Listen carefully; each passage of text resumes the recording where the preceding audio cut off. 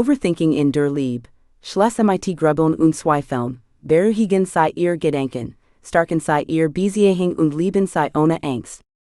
By Sophie Marston. Introduction. Und den Ufern der Donau, mitten in der Nacht, brennt ein kleines Licht in einem Zelt. Draußen ist es kalt, der Boden ist matschig vom Regen, und die Soldaten eines riesigen Weltreichs schlafen in ihren Rüstungen. Im Zelt sitzt der mächtigste Mann der Erde, Marcus Aurelius, der Kaiser von Rom. Hat alles, was man sich wünschen kann. Befehligt Legionen, besitzt Schatz und sein Wort ist Gesetz. Doch wenn man in diesem Moment über die Schulter schauen wird, sahe man keinen Mann, der Eroberungsplan schmiedet. Man sahe einen Mann, der gegen einen inneren Feind kommt, den wir alle nur zu gut kennen. Schreibt in sein Tagebuch nicht für den Ruhm, sondern seinen eigenen Verstand zu retten. Kommt gegen die Weifel, gegen die Sorgen die Zukunft und gegen das ständig Rattern in seinem Kopf. Das Glück deines Lebens hängt von der Beschaffenheit deiner Gedanken ab, notet mit ruhiger Hand, waren draußen die Welt im Chaos versinkt. Weiß, dass den Krieg im Außen vielleicht nicht kontrollieren kann, aber den Krieg in seinem Kopf muss gewinnen. Fast 2000 Jahre später sitzen wir nicht in einem römischen Feldlager, sondern in einer gemütlichen Wohnung in Hamburg oder Berlin, und starren auf das blauliche Licht eines Smartphones. Die Umgebung hat sich geändert, aber der Kampf ist derselbe geblieben. Stellen wir uns zwei Menschen vor, die heute Abend genau dieselbe Nachricht von ihrem Partner erhalten haben, wir müssen später mal reden. Da ist zuerst Sarah. Sobald sie die Worte auf ihrem Display liest, sieht sich ihr Megan zusammen. Ein kalter Schauer läuft ihr über den Rücken. In ihrem Kopf springt sofort ein Filmen. Sie geht alle Gespräche der letzten 3 Tage durch. Sie zu forsch? Hat sie gestern Abend zu wenig gelacht? Vielleicht hat gemerkt, dass sie eigentlich gar nicht zusammenpassen. Sarah fängt an die Nachricht zu zensieren. Warum kein Emoji? Warum das Wort mal? Das klingt so unverbindlich, so bedrohlich. Sie schreibt ihrer besten Freundin, schickt einen Screenshot und verbringt die nächsten 3 Stunden damit, jedes mögliche Trainingsszenario durchzuspielen. Als ihr Partner abends zur Tür reinkommt, ist Sarah bereits ein nervliches Rack. Sie ist defensiv, ihre Arme sind verschränkt und hers rast. Das Gespräch, das eigentlich nur die Urlaubsplanung gehen sollte, eskaliert innerhalb von Minuten, weil Sarah auf einen Angriff reagiert, der nur in ihrem Kopf stattgefunden hat. Und dann ist da Jonas. Liest dieselbe Nachricht, wir müssen später mal reden. Spürt kurz einen kleinen Stich der Unsicherheit, das ist menschlich. Aber dann halt inne. Sagt sich, ich weiß nicht, was meinst. Ich kann es jetzt nicht wissen. Wenn ich jetzt 3 Stunden darüber grübel, und dir ich das Ergebnis nicht, ich mach mich nur müde. Legt das Handy weg und geht für eine halbe Stunde laufen. Spürt den Wind im Gesicht und die Kraft in seinen Beinen. Als nach Haus kommt, ist klar im Kopf. Empfängt seinen Partner mit einem echten Lächeln. Als sich herausstellt, dass es nur ein schwieriges Thema bei der Arbeit geht, bei dem der Partner Jonas's Rat braucht, ist Jonas präsent und kann zuhören. Hat keine Energie, und Geister verschwendet. Dies beiden Wedge zeigen den Unterschied zwischen einem Leben, das vom Overthinking beherrscht wird, und einem Leben, das auf innerer stark basiert. Overthinking in der Liebe ist wie ein Navigationssystem, das ständig Route neu berechnet schreit, aber man sich gar nicht bewegt. Es fällt sich und wie Arbeit. Wir denken, wenn wir nur lang genug über ein Problem nachgrübeln, finden wir die Lösung oder können Schmerz verhindern. Aber die Wahrheit ist schmerzhaft, Grübeln hat noch nie eine Beziehung gerettet. Es ist wie ein Hamsterrad, man rennt und rennt, ist am Ende walliger Shop, aber man ist immer noch am selben Fleck. Vielleicht kennen Sie das Gefühl, Nachwach zu liegen und eine harmlose Bemerkung des Partners so lang zu drehen und zu wenden, bis sie sich wie eine Beleidigung anfühlt. Vielleicht analysieren Sie den Tonfall einer Sprachnachricht wie einen Geheimcode aus dem Kalten Krieg. Dieses ständig hinterfragen satt die Freude aus der Liebe. Es macht uns blind für das, was wirklich da ist, die warme einer Hand, ein gemeinsames Lachen, die Sicherheit der Gegenwart. Stattdessen leben wir in einer düsteren Zukunft, die wahrscheinlich niemals eintreten wird. Dieses Buch ist für alle, die es satt haben, gefangen ihrer eigenen Gedanken zu sein. Es ist für die Analytiker, die empathischen und die vorsichtigen, die vor lauter Angst, verletzt zu werden, vergessen haben, wie man einfach nur liebt. Sie werden lernen, das Gedankenkarussell zu stoppen, bevor es Fahrt aufnimmt. Sie werden verstehen, warum ihr gern sei manchmal so austrickst und warum es denkt, dass Angst ein guter Ratgeber sei. Wir werden gemeinsam Werkzeuge entdecken, mit denen sie emotionale Sicherheit finden, nicht durch die Kontrolle ihres Partners, sondern durch die Kontrolle über ihre eigene Wahrnehmung. Sie werden am Ende dieses Weges nicht mehr jede Gest hinterfragen müssen. Sie werden den Unterschied zwischen ihrer Intuition, dieser leisen, klaren Stimme in ihrem Inneren, und ihrer Angst, die laut und schrill schreit, kennen. Sie werden lernen, ihr Bedürfnis so auszusprechen, dass sie ihr gegenüber erreichen, statt ihn zu vertreiben. Am wichtigsten ist jedoch, sie werden wieder in der Lage sein, den Moment zu genießen, ohne ständig nach den Rissen im Fundament zu suchen. Die Methoden, die wir hier besprechen, sind nicht einfach nur nett Tipps. Sie basieren auf der tiefen Weisheit der stoischen Philosophie, den bahnbrechenden Erkenntnissen der Bindungspsychologie und der menschlichen Erfahrung von Menschen, die durch die Hölle gegangen sind und ihren inneren Frieden bewahrt haben. Es ist ein Weg von der Analysis-Paralysis, der Lähmung durch zu viel Denken, hin zu einer mutigen, offenen Liebe. Lernen wir Amelia Julia Bergman kennen. Julia ist 34 Jahre alt und lebt in einem wunderschönen, minimalistischen Loft in der Hamburger Speicherstadt. Wenn man sie bei der Arbeit sieht, wie sie über den Planen für ein neues Stadtvertel brüte, sieht man eine Frau, die alles im Griff hat. Sie ist Architektin, sie versteht Statik, sie weiß genau, wie viel Last ein Träger aushalten kann. Sie liebt klare Linien und logische Strukturen. Aber sobald sie ihr Büro mit Blick auf die Elbe verlässt und die Tür zu ihrem Privatleben öffnet, bricht die Struktur zusammen. Julia ist seit 8 Monaten mit Mark zusammen. Mark ist warmherzig, ein wenig chaotisch und arbeitet als Grafikdesigner. Ist das Gehente von Julias strengem Zeitplan. Und genau das ist das Problem. Gestern Abend hat Mark eine Nachricht geschickt. Hey schaff es heute Abend nicht, meld mich morgen. Seitdem ist Julia in einer Abwärtsspiral. Sie sitzt in ihrem Loft, das plötzlich viel zu groß und leer vorkommt, und starrt auf ihr Handy. Verstand, der normalerweise Brücken und Häuser entwirft jetzt Katastrophen. Warum hat nicht angerufen? Was bedeutet schaff es nicht? First bei jemand anderem. Hat gemerkt, dass ihm zu anstrengend ist. Sie hat bereits 3 verschiedene Antworten jet IPPT und wieder gelöscht. Eine war cool, eine war verständnisvoll, eine war vorwurfsvoll. Jetzt hat sie gar nix außer zu leiden. Hers Kluft bis zum Hals, und sie kann sich auf kein Buch und keinen Film konzentrieren. Für Julia fällt sich die Liebe nicht wie ein sicherer Hafen an, sondern wie ein Gebot, das jeden Moment einstürzen konnte, weil sie einen winzigen Konstruktionsfehler übersehen hat. Sie glaubt, wenn sie nur vorstig genug ist und jedes Anzeichen tut, kann sie verhindern, dass sie verletzt wird. Sie merkt nicht, dass dieser Versuch der Kontrolle genau das ist, was sie am meisten verletzt. Julias Geschichte ist die Geschichte von so vielen von uns. Wir werden Julia auf ihrer Reise begleiten.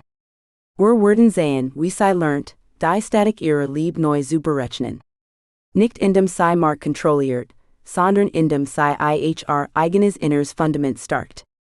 In den kommenden Kapiteln werden wir tief in die Mechanik ihres Geistes eintauchen. Wir beginnen damit, das Fundament zu untersuchen. Warum sind wir so wie wir sind? Mary Ainsworth, eine Pionierin der Psychologie, wird uns zeigen, wie unsere frühesten Erfahrungen die Brille geformt haben, durch die wir heute die Liebe betrachten.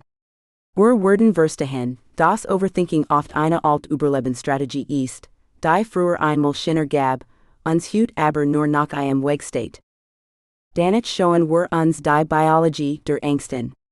Wir werden lernen, was in unserem Gehirn passiert, wenn die Amygdala, unser Alarmsystem, das Steuer übernimmt und die Logik einfach über Bord wirft.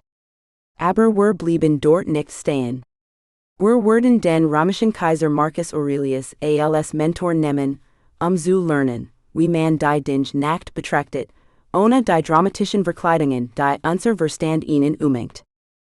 Wir werden über den Raum zwischen Reis und Reaction sprechen, den Viktor Frankl so meisterhaft beschrieben hat. Dieser Raum ist der Ort, an dem ihre Freiheit liegt. Wir werden praktisch Übungen machen, wie die 5-Minuten-Regel für Grübelstops oder die Kunst der objektiven Beschreibung, diesen Raum in ihrem Alltag zu vergrößern. Wir werden auch die dunklen Ecken beleuchten, wie soziale Medien unser Misstrauen fördern und wie Altgeister aus vergangenen Beziehungen unsere Gegenwart sabotieren. Wir werden lernen, wie man Konflikte nicht mehr als Vorboten des Endes sieht, sondern als notwendig Dehnungsfugen, die eine Beziehung erst flexibel und stabil machen. Am Ende werden wir bei einem Thema ankommen, das Mut erfordert, die Akzeptanz der Ungewissheit. Wir werden sehen, dass wir stark nicht darin liegt, alles zu wissen, sondern darin, sich sicher genug zu fühlen, mit dem Nichtwissen zu leben. Dies Reis wird ihr Leben nicht von heute auf morgen perfekt machen. Es wird immer noch Momente geben, in denen der Zweifel anklopft. Aber sie werden nicht mehr die Tür öffnen und ein zum Essen einladen. Sie werden die Werkzeuge haben, zu sagen, ich sehe dich, aber du hast hier keine Match mehr. Julia steht gerade am Fenster ihres Lofts und sieht die Lichter des Hamburger Hafens. Sie fühlt sich klein und einsam. Aber sie hat gerade dieses Buch aufgeschlagen. Sie hat sich entschieden, dass ihre Gedanken nicht mehr ihr Gefängnis sein sollen. Sie ist bereit, die Architektin ihrer eigenen Freiheit zu werden. Sind sie es auch? Der Weg zu einer Liebe ohne Angst beginnt mit dem ersten Schritt aus dem Karussell heraus. Es ist Zeit, die Welt nicht mehr durch den Nebel der Sorgen zu sehen, sondern so wie sie wirklich ist. Die Reise beginnt jetzt. Chapter 1: Drei Säulen der Bindungssicherheit. John Bowlby saß in seinem Arbeitszimmer in London, umgeben von Bergen aus Papier und dem Geruch von altem Tabak. War ein Mann, der fest daran glaubte, dass die ersten Jahre eines Lebens den Rest der Geschichte schreiben. Eines Tages sah sein Kollegin Mary Ainsworth und sagte einen Satz, der alles verändern sollte: Wir suchen nicht nach Liebe, Mary. Wir suchen nach Sicherheit. Ohne sie ist der Mensch wie ein Seiltanzer ohne Netz. Mary Ainsworth nahm diesen Gedanken mit nach Baltimore. Es war das Ende der 1960er Jahre, eine Zeit des Umbruchs, doch in den sterilen Raumen der Johns Hopkins University interessierte sie sich für etwas Zeitloses. Sie wollte wissen, warum manche Menschen in der Liebe aufblühen, während in ihr vor lauter Angst und Zweifeln fast ersticken. Sie ante bereits, dass das was wir heute als Overthinking bezeichnen, dieses endlos Grübeln jeder Gest und jedes Wortes kein Zufall war. Es war ein Echo aus der Vergangenheit. In einem kleinen Bebegtungsraum, getrennt durch eine Einwegscheibe, inszenierte Mary Ainsworth das was heute als das strange Situation Experiment weltberühmt ist. Die Szene war simpel: eine Mutter und ihr kleines Kind spielen in einem Raum voller Spielzeug. Dann betritt eine fremde Person den Raum. Kurz darauf verlässt die Mutter das Zimmer und lässt das Kind mit der fremden Person allein. Später kehrt die Mutter zurück. Was Mary Ainsworth durch die Scheibe beobachtet, war herzzerreißen und erhellend zugleich. Es ging nicht darum, wie sehr die Kinder weinten, wenn die Mutter ging. Es ging darum, was passierte, wenn sie wiederkam. Einige Kinder liefen strahlend auf ihr Mutter zu, ließen sich kurz trösten und spielten dann friedlich weiter. Sie hatten ein tiefes Vertrauen: du gehst weg, aber du kommst wieder. Ich bin sicher. Das war die sichere Bindung. Doch dann gab es die Zweitgruppe. Diese Kinder waren untröstlich. Als die Mutter zurückkehrte, klammerten sie sich und sie weinten heftig, stießen sie aber gleichzeitig wütend weg. Sie konnten sich nicht beruhigen. Es war als worden Sie sagen, ich brauch dich so sehr, aber ich trau dir nicht, dass du bleibst. Mary nannte dies die ängstlich ambivalent bindung. Und schließlich gab es die dritte Gruppe, Kinder die kaum eine Reaktion zeigten. Sie ignorierten die Mutter bei ihrer Rückkehr spielten stur weiter, aber ihre Frequenz, wie später Messungen zeigten, resent schnell war. Sie hatten gelernt, ihr Gefühl zu unterdrücken, nicht noch mehr Enttäuschung zu riskieren. Das war die vermeidende Bindung. Dies Bebechtungen waren der Grundstein für alles, was Werhut über die Liebe wissen. Sie zeigten, dass unser Gern schon sehr früh ein inneres Archiv anlegt. In diesem Archiv speichern wir jede Erfahrung darüber ab, wie verlässlich und ihr Menschen sind. Wenn du heute nachts wach liest und dich fragst, warum nur okay geschrieben hat, greif den Gern in Geno dieses Archiv. Ich such nach alten Akten, die ich sagen, ob Gefahr im Versig ist. Der Mythos des verrückten Grüblers. Es geht eine weit verbreitet Anime, die fast jeder Overthinker im stillen mit sich herumtragt. Vielleicht kennst du sie auch. Es ist der Glaube, dass mit dir etwas grundsätzlich nicht stimmt. Du denkst du seist zu viel, zu emotional, zu kompliziert oder schlichtweg psychisch labil, weil du die Dinge nicht einfach so nehmen kannst, wie sie sind. Freunde sagen dir vielleicht, entspann dich doch mal oder du steigerst dich da in etwas hinein. Dieser Glaube ist einer der schädlichsten Mythen in der Welt der Psychologie. Suggeriert, dass Overthinking ein Charakterfehler ist. Doch die Wahrheit, die Mary Ainsworth ans Licht bracht, ist eine ganz andere. Overthinking ist kein Fehler im System. Es ist eine Überlebensstrategie. Stell dir den gern wie ein hochmodernes Sicherheitssystem vor. Bei manchen Menschen ist der Rauchmelder so eingestellt, dass erst Alarm schlägt, wenn die Flammen aus dem Fenster schlagen. Bei der Jedik, wenn du zur Ängstlichkeit nächst, lass schon das Ansinnen einer Geburtstagskurs die Sprinkelranlage aus. Das ist nicht verrückt. Es ist das Ergebnis einer Programmierung, die irgendwann einmal schon ergeben hat. In der Evolution war es überlebenswichtig, kleinst Anzeichen von Ablehnung zu erkennen. Aus der Gruppe verstoßen Word starb. Wenn du also heute eine Nachricht dreimal liest, suchst du nicht nach Fehlern in der Grammatik. Du suchst nach Anzeichen für den sozialen Ausschluss. Den Overthinking ist der Versuch deines Verstandes, dich vor dem Schmerz der Wissenschaft zu schützen. Der Haken ist nur, das System läuft im Dauerbetrieb, auch wenn gar kein Führer brennt. Drei Säulen, die unsere Welt tragen. Zu verstehen, warum dein Gedanken in der Liebe manchmal Achterbahn fahren, müssen wir uns die drei Säulen der Bindung genauer ansehen. Sie sind wie die tragenden Wand in einem Haus. Wenn eine Wand instabil ist, fängt das ganze Dach an zu narren, sobald der Wind aufrischt. Die sichere Bindung, das fest Fundament, Menschen mit diesem Stil haben in ihrem inneren Archiv, überwiegend Akten mit der Aufschrift, ich bin liebenswert und in dir sind verlässlich. Wenn ihr Partner sich mal nicht melde, denken Sie, hat wohl viel zu tun. Sie spüren keinen Drang, den Code seines Handys zu nacken oder jedes Wort zu zensieren. Für Sie ist Liebe ein sicherer Hafen, kein Schlachtfeld. Die ängstliche Bindung, der hochempfindliche Sensor, hier liegt die Wurzel des klassischen Overthinkings. Das Archiv ist voll von Momenten, in denen nahe unvorhersehbar war. Mal war die Bezugsperson da, mal war sie emotional distanziert. Das Kind lernt, ich muss ganz genau aufpassen. Wenn ich die kleinsten Zeichen erkenne, kann ich vielleicht verhindern, dass ich allein gelassen werde. Als Erwachsener führt das dazu, dass man ständig den Beziehungspuls misst. Jede kleine Veränderung in der Stimmung des Partners wird als drohende Katastrophe interpretiert. Die vermeidende Bindung, die Festungsmauer. Diese Menschen haben gelernt, dass nahe gefährlich oder enttäuschend ist. Ihr Archiv sagt, verlass dich nur auf dich selbst. Wenn es zu eng wird, ziehen sie sich zurück. Sie grübeln vielleicht weniger über die Gefühle des anderen nach, dafür aber umso mehr darüber, wie sie ihre Freiheit bewahren können. Das Problem entsteht oft dann, wenn ein hochempfindlicher Sensor auf eine Festungsmauer trifft. In diesem Moment explodiert das Overthinking. Der eine will mehr nahe, sich sicher zu fallen der und ihr braucht mehr Distanz, sich nicht eingehend zu fallen. Ein Teufelskreis beginnt, in dem die Gedanken des ängstlichen Partners zu einem reißenden Fluss werden. Julia, der Blick in den Spiegel. I am 14. Stock eines modernen Bürokomplexes in der Hamburger Speicherstadt saß Julia Bergmann vor ihrem Entwurf für ein neues Stadtquartier.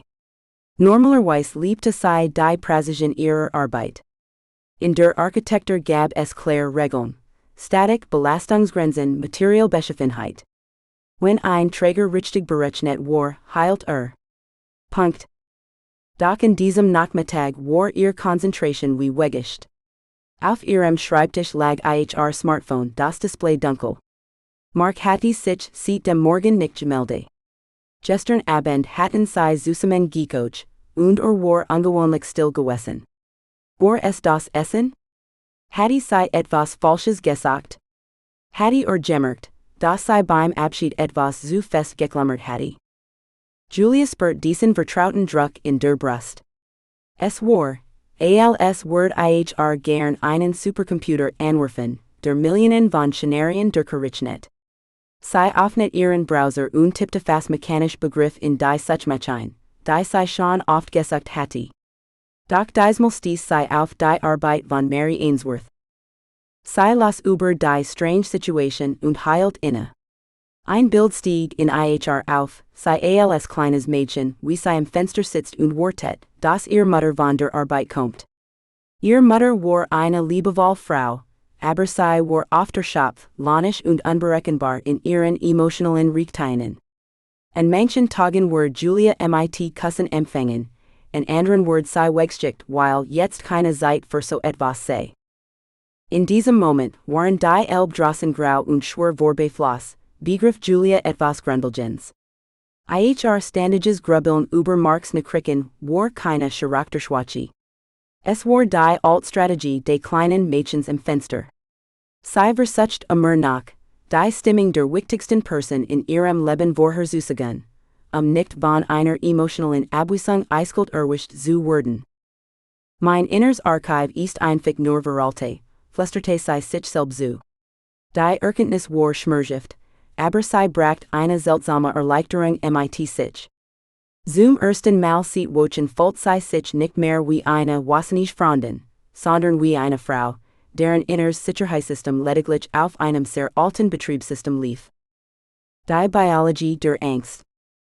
Es ist wichtig zu verstehen, dass dieser Prozess nicht nur in deinem Kopf stattfindet. Findet in deinem gesamten Körper statt. Wenn du in den Modus des Overthinkings gerätst, schüttet dein Körperhormon aus, die eigentlich für den Kampf gegen Wildtier tätig sind. Eines dieser Hormone ist Oxytocin, oft als das Kuschelhormon bezeichnet. In einer sicheren Bindung wirkt es wie ein beruhigender Balsam. Es senkt den Blutdruck und lässt uns Vertrauen spüren. Doch bei Menschen mit einer ängstlichen Bindung kann Oxytocin eine Paradoxwirkung haben. Es macht sie noch sensibler für soziale Signal. Es schärft den Blick für jede kleines Nuance im Gesicht des Partners. Gleichzeitig wird Cortisol ausgeschüttet, das Stresshormon. Dein Körper geht in Alarmbereitschaft. Das ist der Grund, warum du dich körperlich krank fühlst, wenn du glaubst, dass in deiner Beziehung etwas nicht stimmt. Dein Magen sieht sich zusammen den Herz rast. In diesem Zustand ist es fast unmöglich, logisch zu denken. Der Neokortex, der Teil deines Gehirns, der für rationales Denken zuständig ist, wird einfach abgeschaltet. Das limbische System übernimmt das Steuer.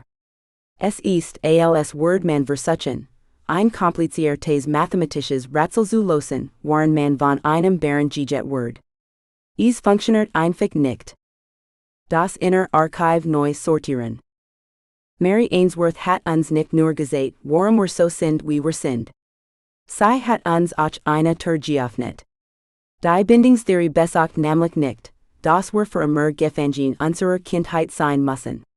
Wir besitzen etwas, das Forscher Neuroplastizität nennen, die Fähigkeit unseres Gehirns, neue Vernupfungen zu nutzen. Der erste Schritt, das Overthinking zu stoppen, ist nicht, die Gedanken zu unterdrücken. Das wäre so, als wird man versuchen, einen Wasserball unter Wasser zu halten, ploppt nur umso heftiger wieder nach oben. Der erste Schritt ist die Bestandsaufnahme des Archives. Frag dich in einem ruhigen Moment. Welche Dateien wurden in meiner Kindheit über Liebe angelegt? War Liebe damals en Bedingungen genügt? War nahe sicher oder gefährlich? Wenn du beginnst, dies Muster zu erkennen, verliere du die Angst vor deinen eigenen Gedanken. Du merkst, dass das Grübeln eine Funktion hat. Es will dich schützen. Du kannst anfangen, mit deinem inneren Overthinker zu sprechen wie mit einem besorgten, aber etwas übereifrigen Freund. Danke, dass du mich vor Enttäuschung schützen willst, konntest du sagen. Aber wir sind jetzt erwachsen. Wir können auch mit einem Okay ohne Emoji umgehen. Es geht darum, die alten Akten nicht zu verbrennen, sondern sie mit neuen Erfahrungen zu ergänzen. Jedes Mal, wenn du merkst, dass dein Ängsten begründet war, wenn Mark zum Beispiel nach Haus kommt, dich kust und einfach nur sagt, dass einen harten Tag hatte, musst du diese Erfahrung ganz bewusst abspeichern. Du musst sie formlich in dein Archiv einmeißeln. Schäst du? War still weil Mut war, nicht weil mich weniger liebt. Die Wahrheit hinter der Unsicherheit. Wir leben in einer Welt, die anständig suggeriert, wir müssen autark, unabhängig und immer cool sein. Wir haben Angst, bedürftig zu wirken.